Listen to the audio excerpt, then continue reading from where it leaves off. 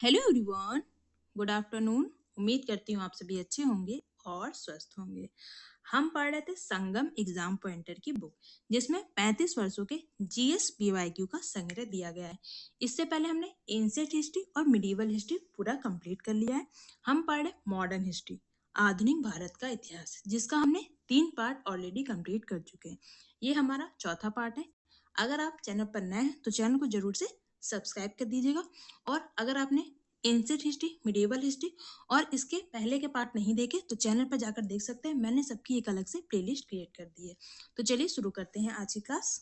आज हमें पढ़ना है आधुनिक भारत में शिक्षा एवं प्रेस का विकास। ब्रिटिश ने अंग्रेजी भाषा को भारतीय समाज में प्रस्तुत करने की उत्सुकता दिखाई थी। किसने? ब्रिटिश ने अंग्रेजी भाषा को। वर्धा योजना या बुनियादी शिक्षा को प्रस्तावित किसने किया था? तो ये प्रस्तावित किया था महात्मा गांधी ने। बनारस हिंदू विश्वविद्यालय के संस्थापक कौन है? तो थे पंडित मदन मोहन मालवीय। भारत में विश्वविद्यालय शिक्षा की समस्या का अध्ययन करने और रिपोर्ट देने के लिए सैडलर आयोग को नियुक्त किया गया था। कब किया गया था? सन 1917 ईस्वी में। 1875 में मॉमडन एंग्लो ओरिएंटल कॉलेज स्थापित किया गया था। कहाँ पर? अलीगढ़ में किया गया था। ब्रिटिश भारत में प्रथम इंपीरियल फॉरेस्ट स्कूल का प्रारंभ हुआ था। कहाँ पर? देहरादून में। प्राथमिक शिक्षा के विकास पर अधिक बल दिया था। किसने दिया था? हंटर आयोग ने बल दिया था। एनी बेसन ने बनारस में सेंट्रल हिंदू कॉलेज की स्थापना की, जिसे बाद में उन्होंने मदन मोहन मालवीय को सौंप दिया था। वर्ष 1778 में अंग्रेजों ने कलकत्ता में पहली प्रिंटिंग प्रेस की स्थापना की थी। पहली प्रिंटिंग प्रेस की स्थापना कहाँ हुई थी? कलकत्ता में। सर विलियम जोन्स द्वारा कलकत्ता अब कोलकाता में एशियाटिक सोसाइटी का गठन कब हुआ था? 1784 में हुआ था। किसके द्वारा प्रस्तावित प्रेस अधिनियम का उद्देश्य प्रेस को ब्रिटिश नीतियों की आलोचना व्यक्त करने से रोकना था। तो ये किसका था? लॉर्ड लिटन का। भारत में देसी भाषा प्रेस अधिनियम किसने पेश किया था? ये पेश किया था लॉर्ड लिटन ने। किसने? देसी भाषा प्रेस अधिनियम, वर्नाकुलर प्रेस एक्ट पेश किया था। तो ये किया था लॉर्ड लिटन ने। 1791 में ईस्ट इंडिया कंपनी ने रेजिडेंट जोनाथन डंकन ने हिंदू कानून और दर्शन के अध्ययन के लिए संस्कृत कॉलेज शुरू किया था। कौन सा कॉलेज? संस्कृत कॉलेज। उस डच का नाम बताइए जिसने भारत में आधुनिक शिक्षा के संवर्धन में राजा राम मोहन राय की मदद की थी। तो ये थे डेविड हेयर। वुड के आदेश पद को किससे जोड़ सकते हैं? तो इसे हम शिक्षा सुधार से जोड़ते हैं। 1854 में अंग्रेजी ईस्ट इंडिया कंपनी ने भारत में एक शिक्षा प्रणाली पेश की, जिसे वुड डिस्पैच के नाम से जाना जाता है। भगवान दास ने महात्मा गांधी और शिव प्रसाद गुप्त के साथ मिलकर 1921 में वाराणसी में काशी विद्यापीठ की स्थापना की थी। किसने? भगवान दास ने। बनारस हिंदू विश्वविद्यालय की स्थापना कब की गई थी? 1916 में की गई थी। 1875 में मोमडन एंग्लो ओरिएंटल कॉलेज की स्थापना सैयद अहमद खान ने की थी, जो बाद में अलीगढ़ मुस्लिम विश्वविद्यालय बना था। मोमडन एंग्लो ओरिएंटल कॉलेज की स्थापना किसने की थी? सैयद अहमद खान ने। भारत में शिक्षा की प्रगति की समीक्षा हेतु विलियम हंटर समिति का गठन वर्ष क्या था? 1882 था। भारत में पश्चिमी शिक्षा एवं अंग्रेजी भाषा शुरू करने के लिए वकालत किसने की थी? राजा राम मोहन राय ने। 1884 में डेक्कन एजुकेशन सोसाइटी की स्थापना पुणे में किसके द्वारा की गई थी? तो ये विष्णु शास्त्री चिपलूणकर और बाल गंगाधर तिलक के द्वारा। विष्णु शास्त्री चिपलूणकर और बाल गंगाधर तिलक ने डेक्कन एजुकेशन सोसाइटी की स्थापना पुणे में 1884 में की थी। व्यस्क शिक्षा संगठन ज्ञान प्रसारक मंडली की शुरुआत किसने की थी? दादा भाई नौरोजी ने। अंग्रेजों ने भारत में अंग्रेजी शिक्षा का माध्यम बनाया था 1835 में। भारत में पहला अखबार किसने शुरू किया था? जेम्स हिक्की ने। फोर्ट विलियम कॉलेज कलकत्ता की स्थापना का मुख्य उद्देश्य था ब्रिटिश अधिकारियों को भारतीय भाषाओं की शिक्षा देना। वर्नाकुलर प्रेस अधिनियम 1878 के लिए विपरीतगामी और असंगत शब्द का उपयोग किसने किया था? अरस्काइन पेरी ने किया था। भारत की शैक्षणिक नीति में फिल्ट्रेशन सिद्धांत का प्रयोग किसने किया? तो ये क्या है? फिल्ट्रेशन सिद्धांत का प्रयोग मैकाले ने। एशियाटिक सोसाइटी ऑफ बंगाल के संस्थापक कौन थे? तो ये थे सर विलियम जोन्स। कौन थे? Sir William Jones. भारतीय विश्वविद्यालयों में धार्मिक शिक्षा के लिए प्रबल रूप से वकालत किसने की थी? मदन मोहन मालवीय ने की थी।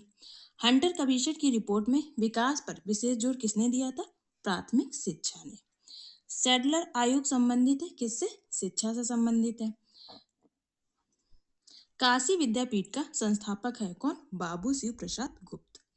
भारत में अंग्रेजों ने प्रथम मदरसा स्थापित किया था कहाँ पर? कलकत्ता में। 1857 में भारत में विश्वविद्यालयों की स्थापना के समय इंग्लैंड के विश्वविद्यालयों को प्रतिमान के रूप में लिया गया था। कहाँ से? लंदन से लिया गया था। डेक्कन एजुकेशनल सोसाइटी की स्थापना किससे संबंधित है? तो ये बीजी तिलक से संबंधित है। हिंदी का पहला समाचार पत्र उद्दन मार्तंड 30 मई 1826 में प्रकाशित हुआ था। कहाँ पर? कोलकाता में। सर्वप्रथम सेंसरशिप लागू की गई थी कहाँ पर? बेलेजली में। भारत में प्रथम महिला विश्वविद्यालय की स्थापना थोंडो केशव कर्वे द्वारा की गई थी। क्या? भारत में प्रथम महिला विश्वविद्यालय की स्थापना थोंडो केशव कर्वे के द्वारा की गई थी। बनारस में हिंदू कॉलेज की स्थापना हुई थी 1791 में। कब हुई थी? 1791 में। फर्ग्यूसन कॉलेज की स्थापना से संबंधित है कौन? बाल गंगाधर तिलक। शिक्षा पर वुड डिस्पैच नामक व्यापक आदेश पत्र भेजा गया था कहाँ पर? 1854 में। कहाँ पर? वर्धा में।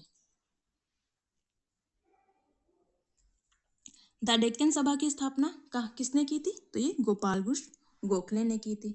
द डेक्कन सभा की स्थापना गोपाल कृष्ण गोखले ने की थी।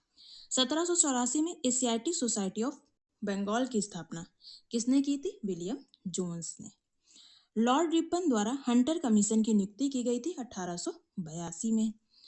वर्ष 1896 में पुणे में एक शैक्षिक संस्थान हिंदू विधवा गृह की स्थापना की किसने? धोंडो केशव कर्वे ने। ये क्या थे? ये समाज सुधारक थे। भारत में अंग्रेजी शिक्षा के एक बड़े समर्थक थे कौन? TB Macaulay. औपनिवेशिक भारत के संदर्भ में हॉर्टोंग कमेटी की रिपोर्ट संबंधित थी किससे संबंधित थी? तो ये संबंधित थी शिक्षा से। अब हम पढ़ेंगे भारत में समाचार पत्रों का विकास। क्या पढ़ना है? भारत में समाचार पत्रों का विकास। आर्म्स एक्ट और वर्नाकुलर प्रेस एक्ट पारित हुआ था कब? 1878 में।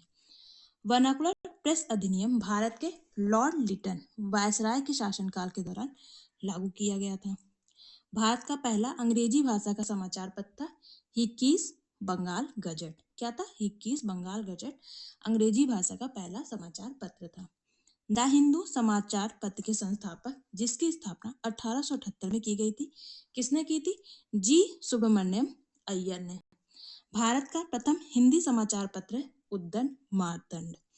रविन्द्रनाथ टैगोर ने वर्ष 1901 में शांति निकेतन में एक प्रायोगिक विद्यालय की स्थापना की थी। रविन्द्रनाथ टैगोर ने वर्ष 1901 में शांति निकेतन में एक प्रायोगिक विश्वविद्यालय की स्थापना की थी। अब हम पढ़ेंगे 1885 से पूर्व स्थापित राजनीतिक संस्थाएं।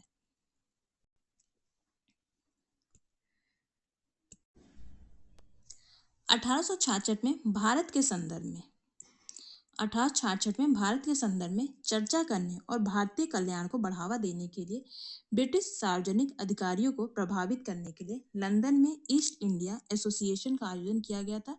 कहाँ? किसने किया था? दादा भाई नौरोजी ने किया था लंदन में। 1876 में कलकत्ता में आनंद मोहन बोस द्वारा इंडियन नेशनल एसोसिएशन की स्थापना की गई थी। किसकी स्थापना? आनंद मोहन बोस ने की थी इंडियन नेशनल एसोसिएशन की। 1866 में लंदन में ईस्ट इंडिया एसोसिएशन की स्थापना किसने की थी? दादा भाई नौरोजी ने। इंडियन एसोसिएशन की स्थापना हुई थी 1876 में। 1875 में इंडियन लीग की स्थापना की थी किसने? शिशिर कुमार घोष ने। 1849 में परमहंस मंडली की स्थापना किसने की थी? परमहंस ने की थी, बॉम्बे में की थी। 1839 में तत्वबोधिनी सभा की स्थापना की थी किसने? देवेंद्रनाथ टैगोर ने। इंडियन लीग की स्थापना 1875 में कलकत्ता, वर्तमान जिसमें हम इसे कोलकाता के नाम से जानते हैं, इसकी स्थापना किसने की थी? शिशिर कुमार घोष द्वारा की गई थी इंडियन लीग की स्थापना। भारतीय प्रश्नों पर विवेचना के लिए दादा भाई नौरोजी ने 1866 में लंदन में किसका गठन किया था?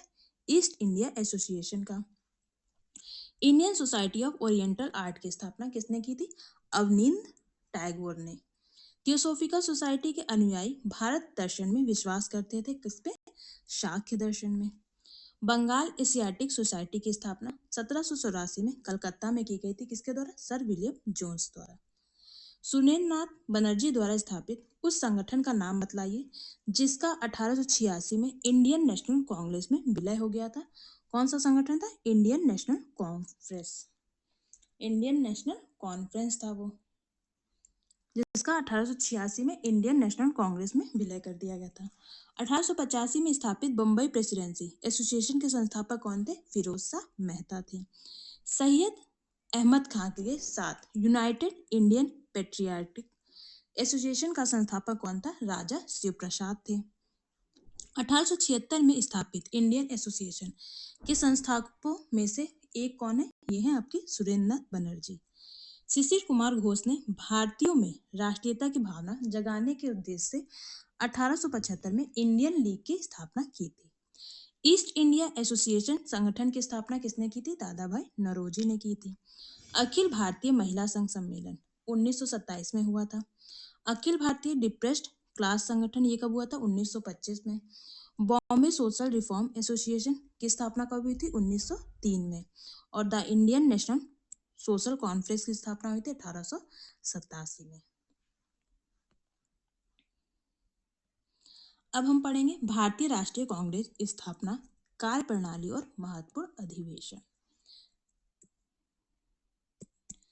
भारतीय राष्ट्रीय कांग्रेस के लाहौर अधिवेशन में पूर्ण स्वराज को अपना अंतिम लक्ष्य घोषित किया गया था। भारतीय राष्ट्रीय कांग्रेस की प्रथम महिला अध्यक्ष थी एनी बेसेंट थी। 1987 में ब्रसेल्स में उत्पीड़ित विपक्षी राष्ट्रीयताओं के सम्मेलन में भारतीय राष्ट्रीय कांग्रेस आईएनसी की ओर से शामिल हुए थे कौन? जवाहरलाल नेहरू शामिल हुए थे। भारतीय राष्ट्रीय कांग्रेस का वह अधिवेशन जो 1916 में दो गुटों के पुनर्मिलन के लिए प्रसिद्ध था, वो कौन सा था? लखनऊ था। पूर्ण स्वराज की मांग करने वाले प्रथम कार्यकर्ता थे हजरत मोहानी। भारतीय राष्ट्रीय कांग्रेस की स्थापना तब की गई थी जब दिसंबर 1885 में देश भर के 72 प्रतिनिधियों ने बॉम्बे में मुलाकात की थी। भारतीय राष्ट्रीय कांग्रेस द्वारा लाहौर अधिवेशन में ऐतिहासिक पूर्ण स्वराज, पूर्ण स्वतंत्रता का प्रस्ताव पारित किया गया था। जब सुभाष चंद्र बोस ने भारतीय राष्ट्रीय कांग्रेस के अध्यक्ष पद से इस्तीफा दिया था तो इस पद का प्रस्ताव दिया गया था कहाँ पर? डॉक्टर राजेंद्र प्रसाद को दिया गया था। वर्ष 1938 में कांग्रेस पार्टी के अध्यक्ष बने थे सुभाष चंद्र बोस।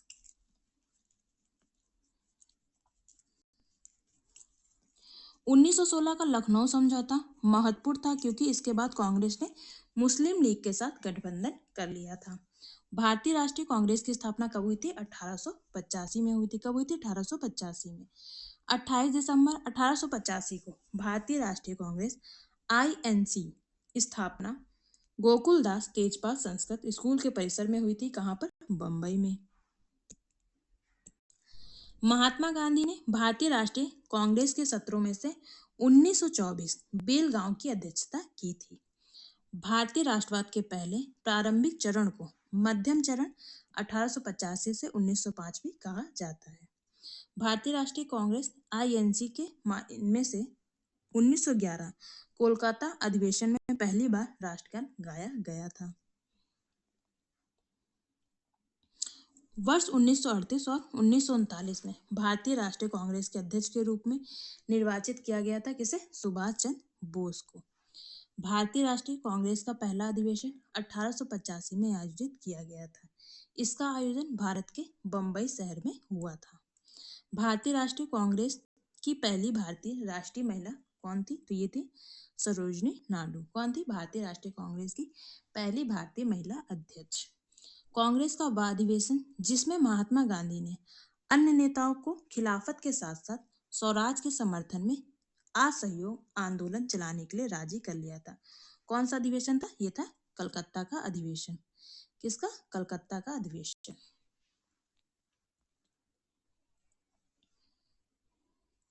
सुभाष चंद्र बोस 1939 में त्रिपुरी अधिवेशन में गांधी जी के पट्टाभी सीतारामैया उम्मीदवार को हराकर पुनः भारतीय राष्ट्रीय कांग्रेस आईएनसी के अध्यक्ष चुने गए थे। भारतीय राष्ट्रीय कांग्रेस द्वारा पूर्ण स्वराज अर्थात ब्रिटिश राज से पूर्ण स्वतंत्रता की घोषणा कब की गई थी? 26 जनवरी 1930 को। दिसंबर 1929 में लाहौर में आयोजित कांग्रेस का वार्षिक अधिवेशन महत्वपूर्ण था क्योंकि पूर्ण स्वराज के प्रति प्रतिबद्धता के कारण। भारतीय राष्ट्रीय कांग्रेस ने अपने 1929 के लाहौर अधिवेशन में वार्षिक अधिवेशन में पूर्ण स्वराज पूर्ण स्वतंत्रता के प्रति प्रतिबद्धता की घोषणा की थी। भारतीय राष्ट्रीय कांग्रेस के पहले यूरोपीय अध्यक्ष थे जॉर्ज यूल। वर्ष 1937 में फैजपुर में पहली बार किसी गांव में कांग्रेस अधिवेशन का आयोजन हुआ था। कहाँ पर? फैजपुर में। कभी अध्यक्ष के रूप में भारतीय राष्ट्रीय कांग्रेस की अध्यक्षता नहीं की थी। किसने नहीं की थी? डॉक्टर भीमराव अंबेडकर ने। वह नेता जिसके विरोध के कारण 1928 में कांग्रेस और मुस्लिम लीग के बीच समझौते की सभी उम्मीदें समाप्त हो गई थी, वो नेता कौन थे? MR जयकर। भारतीय राष्ट्रीय कांग्रेस का पहला अधिवेशन आयोजित किया गया था। कहाँ पर? दिसंबर 1885 में किया गया था।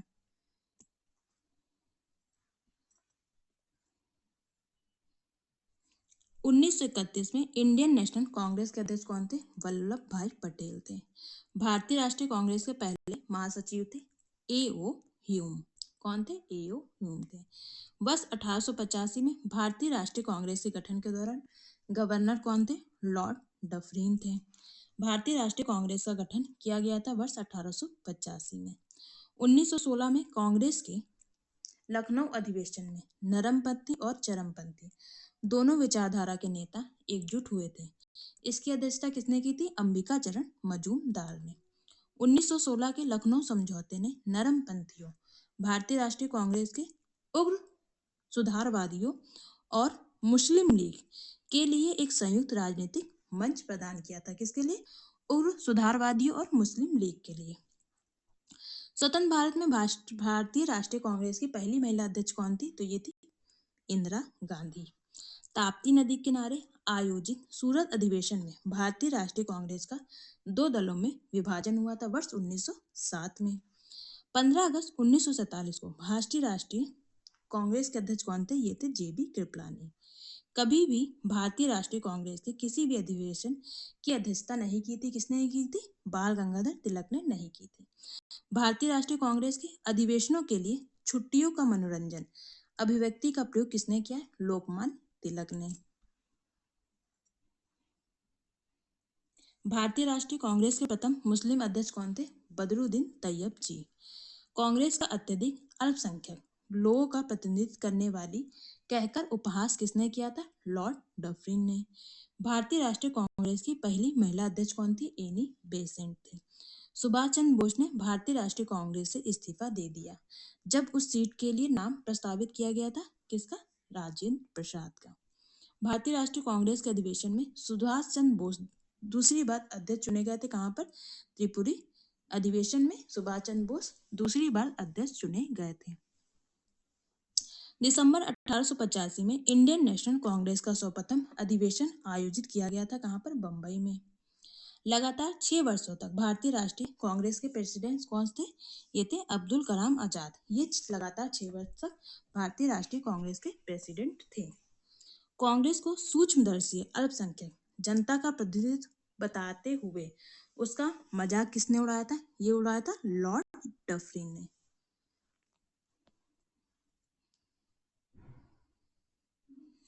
वह अधिवेशन जिसमें कांग्रेस ने पहली बार भारतीय रियासतों के प्रति अपनी नीति घोषित की थी, वो कौन सा अधिवेशन था? ये था नागपुर अधिवेशन। भारतीय राष्ट्रीय कांग्रेस का 1885 में महासचिव कौन थे? A.O. ह्यूम थे। कांग्रेस के मन से भारतीय राष्ट्रीय कांग्रेस के किस अधिवेशन में प्रथम बार स्वराज शब्द का प्रयोग किया गया था? कलकत्ता अधिवेशन में 1906 में। भारतीय राष्ट्रीय कांग्रेस का अंतिम अधिवेशन जिसमें बाल गंगाधर तिलक ने भाग लिया था, कौन सा था? अमृतसर अधिवेशन 1919। भारतीय राष्ट्रीय कांग्रेस के किस अधिवेशन में महात्मा गांधी ने कहा था, गांधी मर सकते हैं परंतु गांधीवाद हमेशा बना रहेगा? कौन सा अधिवेशन था? कराची अधिवेशन 1931। भारतीय राष्ट्रीय कांग्रेस ने अपने किस अधिवेशन में भारत सरकार अधिनियम 1935 को अस्वीकार किया था? किसने? लखनऊ। भारतीय राष्ट्रीय कांग्रेस ने अपने किस अधिवेशन में भारत सरकार अधिनियम 1935 को अस्वीकार किया था? तो ये था लखनऊ अधिवेशन 1936। कांग्रेस गिरने के लिए लड़खड़ा रही है। भारत में रहते हुए मेरी एक विशेष महत्वाकांक्षा है कि इसके शांतिपूर्ण अवसान में भी इसकी सहायता करूं। यह घोषणा किसकी थी? ये थी करजन की। भारतीय राष्ट्रीय कांग्रेस के हरिपुरा अधिवेशन की अध्यक्षता किसने की थी? AC बोस ने।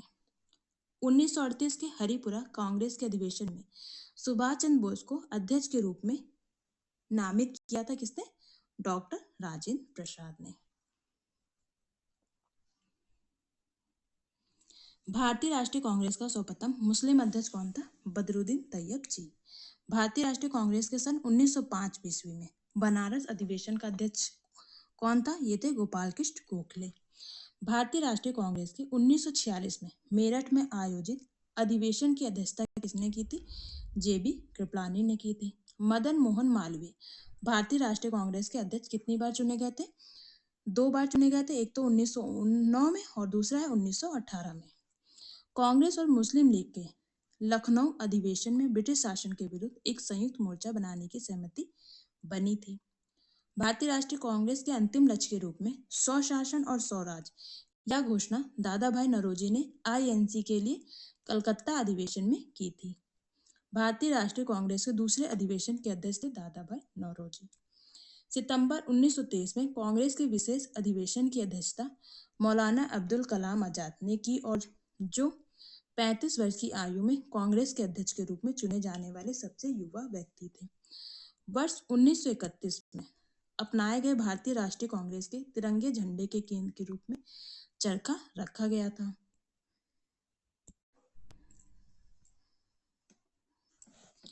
वर्ष 1947 में भारत की स्वतंत्रता के समय भारतीय राष्ट्रीय कांग्रेस के अध्यक्ष कौन थे? तो ये थे JB कृपलानी। कौन थे? JB कृपलानी। सूरत में भारतीय राष्ट्रीय कांग्रेस विभाजित हुई जिसके कारण सत्र स्थगित हुआ था वर्ष 1907 में। त्रिपुरी संकट की समाप्ति के बाद कांग्रेस का अध्यक्ष चुना गया था डॉक्टर राजेंद्र प्रसाद को। भारत के स्वतंत्रता आंदोलन के दौरान भारतीय राष्ट्रीय कांग्रेस के एकमात्र अध्यक्ष सुभाष चंद्र बोस थे, जिन्होंने निर्वाचित होने के बाद भी अध्यक्ष पद से इस्तीफा नहीं दिया था। भारत के स्वतंत्रता आंदोलन के दौरान भारतीय राष्ट्रीय कांग्रेस के एकमात्र अध्यक्ष थे कौन? सुभाष चंद्र बोस, जिन्होंने निर्वाचित होने के बाद भी अध्यक्ष पद से इस्तीफा दे दिया था। मतलब ये निर्वाचित हुए थे फिर भी इन्होंने क्या किया? अपना इस्तीफा दे दिया था। जवाहरलाल नेहरू को दिसंबर 1929 में लाहौर शहर में हुए भारतीय राष्ट्रीय कांग्रेस के वार्षिक सत्र में अध्यक्ष के रूप में चुना गया था। अब हम कुछ कांग्रेस अध्यक्ष जानेंगे और उसके अधिवेशन स्थल। Doctor M.A. अंसारी, इनका अधिवेशन स्थल था मद्रास। पुरुषोत्तम दास टंडन, इनका अधिवेशन स्थल था नासिक। सरोजिनी नायडू, इनका अध्ययन स्थल था कानपुर। और सुभाष चंद्र बोस, इनका अधिवेशन स्थल क्या था? हरिपुरा। Doctor M.A. अंसारी का अधिवेशन स्थल मद्रास, पुरुषोत्तम दास टंडन का नासिक, सरोजिनी नायडू का कानपुर और सुभाष चंद्र बोस का हरिपुरा था। उम्मीद करती हूँ आपको वीडियो अच्छी लगी होगी। कल हम इसका नेक्स्ट पार्ट करेंगे। अगर आप चैनल पर नए थे तो चैनल को जरूर से सब्सक्राइब कर दीजिएगा। Bye bye, have a good day.